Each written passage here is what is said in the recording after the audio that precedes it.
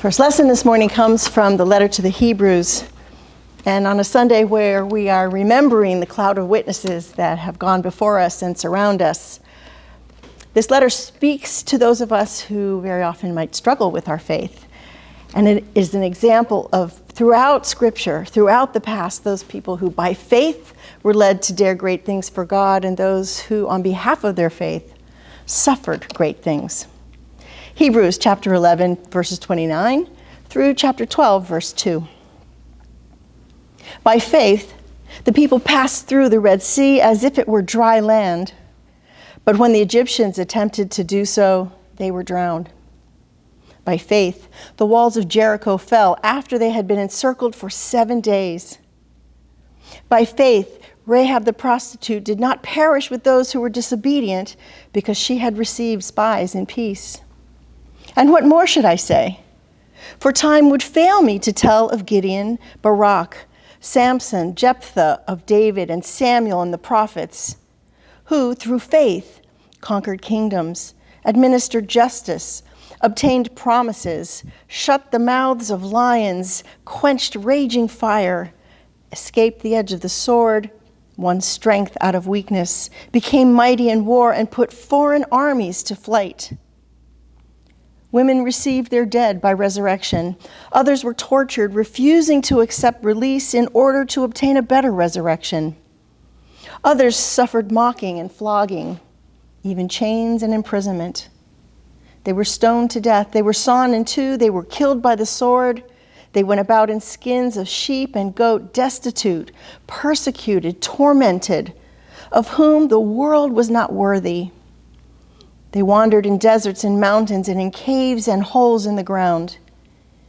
Yet all these, though they were commended for their faith, did not receive what was promised, since God had provided something better, so that they would not, apart from us, be made perfect. Therefore, since we are surrounded by so great a cloud of witnesses, let us also lay aside every weight and the sin that clings so closely, and let us run with perseverance the race that is set before us, looking to Jesus, the pioneer and perfecter of our faith, who, for the sake of the joy that was set before him, endured the cross, disregarding its shame, and has taken his seat at the right hand of the throne of God. The word of the Lord. Thanks be to God. Boys and girls, that scripture passage we just heard was kind of a strange passage, and in it was talking about all the people in the Bible who trusted God by faith and did brave and bold things because of their faith. And in it, we talked about something called a cloud of witnesses. And that's not like the clouds that are up in the sky today that are so beautiful. The cloud of witnesses they're talking about in Scripture are all the people who have taught us things, especially about our faith. So I just wanted to talk a little bit about that today. We were reading names this morning of the people who've died this past year, and we miss them so much. And it's really sad when someone we love dies.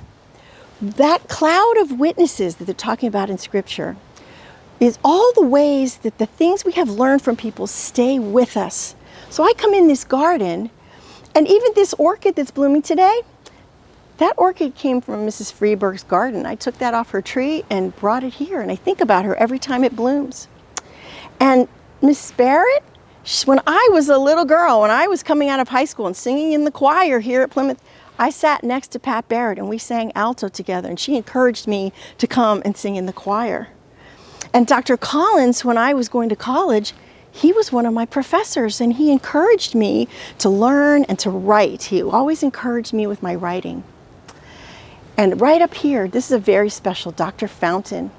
I'm going to tell you something, you should brush your teeth, because in my whole life, I've only had one teeny tiny cavity, and that was in a baby tooth.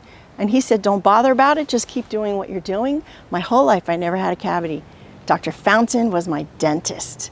And so many people on this wall have taught me things and encouraged me, especially when I was worried or frightened or not sure about my faith or what to do with my life. These were people that God gave me to surround me and encourage me. You have people like that right now in this church. But more importantly, you are those people. You are encouragers of your friends and actually of me and of Pastor Al. You encourage us. We surround one another and encourage our faith so that we can dare to do great and bold things for God. So let's together be encouragers. Thank you.